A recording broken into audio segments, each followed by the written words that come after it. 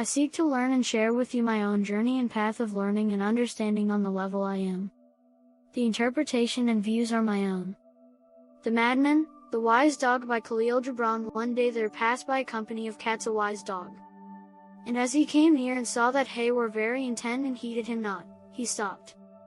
Then there rose in the midst of the company a large, grave cat and looked upon them and said, Brethren, pray ye, and when ye have prayed again and yet again, nothing doubting, verily then it shall rain mice.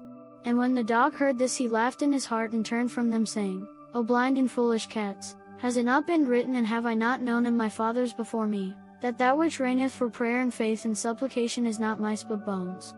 Gibran's The Wise Dog from the Madman is a compact allegory rich in irony, layered meaning, and philosophical critique. In just a few lines, Gibran addresses themes of faith, belief systems, dogma, and projection of truth, all through the lens of a brief encounter between species. Let's explore this parable as if through the mind of a philosopher, a psychologist, and a mystic.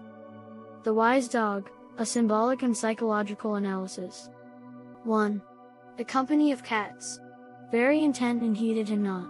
This sets the tone, a closed system of thought. The cats are engaged in their own ritual, blind to other perspectives.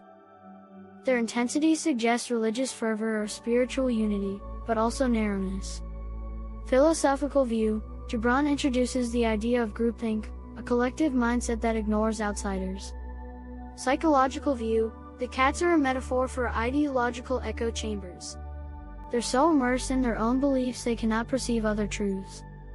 2. A large, grave cat said, Pray, and it shall rain mice. This line is both humorous and brilliantly revealing.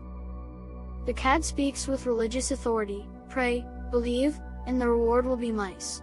It parodies religious or spiritual prosperity doctrines. If you believe hard enough, your desires will be fulfilled.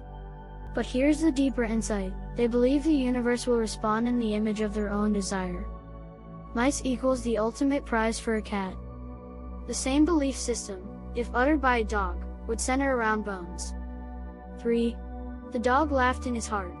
The dog does not interrupt or argue. He simply sees the absurdity and walks away, carrying his own inner truth. The dog's laugh is not cruel, it's the laughter of detachment, of one who has awakened from illusion. 4. Has it not been written, that which reigneth is bones? Now the irony flips back. The dog accuses the cats of being blind, yet his truth is just as subjective. To the dog, bones are the reward. To the cat, mice are. Gibran's brilliance lies here. Both are projecting their desires onto the divine. They both believe that the universe caters to their species' cravings. Philosophical themes. Theme equals meaning. Projection of belief equals we see the world not as it is, but as we are.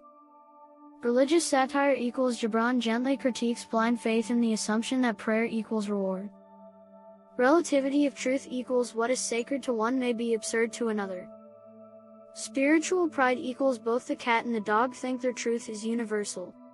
Neither is self-aware. Psychological insight. The cats are devoted but deluded, a mirror to people who never question what they were taught. The dog represents the self-assured skeptic, yet still confined by his own lens. Both are unconscious of their bias. Each believes the world will rain what they personally hunger for. Reflection. Faith without self-awareness becomes wishful thinking. Symbol breakdown. Symbol equals meaning. Cats equals believers, the faithful, the self-contained religious community. Mice equals reward based on desire, projected hope. Dog equals outsider, skeptic, philosopher. Bones equals his version of mice, reward redefined by species. Rain equals divine blessing or response to supplication. Reflection questions. 1. Have you ever noticed people projecting their personal desires into what they call God's will? 2. Are there beliefs you once held that you now see were shaped entirely by your own hopes or fears? 3. Is there a mice versus bones moment in your life, where you realize your truth may not be the universal truth? 4. Do you resonate more with the cats or the dog in this parable? Or are you somewhere between them? Thank you for sharing in my journey.